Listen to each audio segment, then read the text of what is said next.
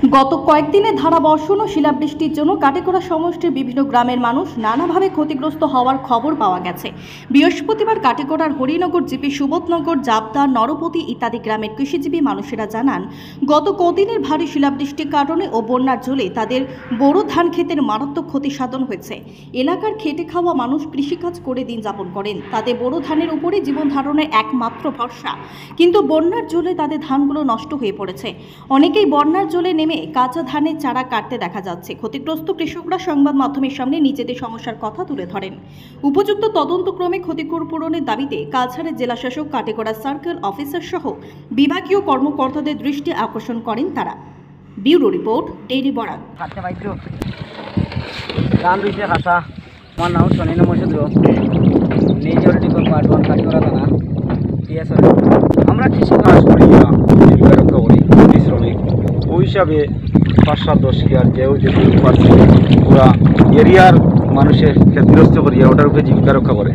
কিন্তু এবার পর শিলা বৃষ্টি জ্বর কারণে এই যে পরিস্থিতি দেখা দিছে, জল যে পর্যন্ত হয়েছে, এতে যদি আমার সিএম মহোদয় যদি হেমন্ত বিশ্ব শর্মায় যদি একটু অনুদান করেন, তাহলে মনে হয় আমরা গরিবগুড়া শ্রমিক যারা আছে সাহায্য পাইতে মনে হয় ভালো হইল না। আর ২ নম্বর মাত হইল এই যে জলের পরিস্থিতি, শুধু খালি আমার গ্রামও নয়, বিভিন্ন জায়গাতে এই পরিস্থিতি দেখা দিছে।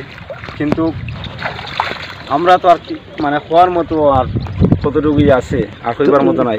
বলরাম নমস্দ্র, আমরা তো কৃষি কাজ করি বা তুলাতুলি ক্ষেত করছি, এবার খুব শিলাবৃষ্টি সব বন্যার দলে নিচে, এখন আমরা তো প্রচুর ক্ষতিগ্রস্ত, তাছাড়া কোনো লাইন নাই, সমস্যা দেখা একটু দিচ্ছে। সাহায্য যদি আমরা সরকার মারফত থেকে পাই তাহলে ধন্যবাদ।